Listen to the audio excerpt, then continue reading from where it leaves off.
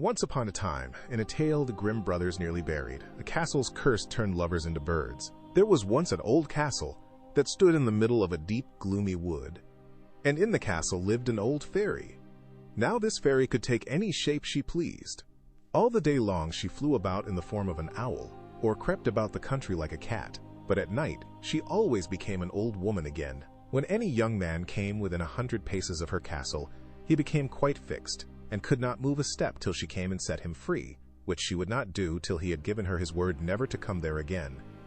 But when any pretty maiden came within that space, she was changed into a bird, and the fairy put her into a cage, and hung her up in a chamber in the castle.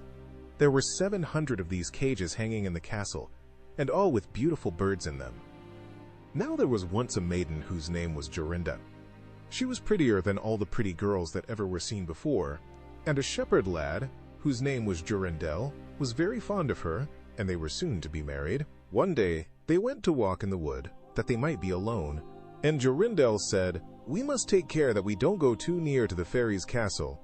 It was a beautiful evening. The last rays of the setting sun shone bright through the long stems of the trees upon the green underwood beneath, and the turtle doves sang from the tall birches.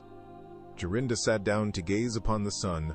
Jorindel sat by her side, and both felt sad, they knew not why. But it seemed as if they were to be parted from one another forever. They had wandered a long way, and when they looked to see which way they should go home, they found themselves at a loss to know what path to take. The sun was setting fast, and already half of its circle had sunk behind the hill.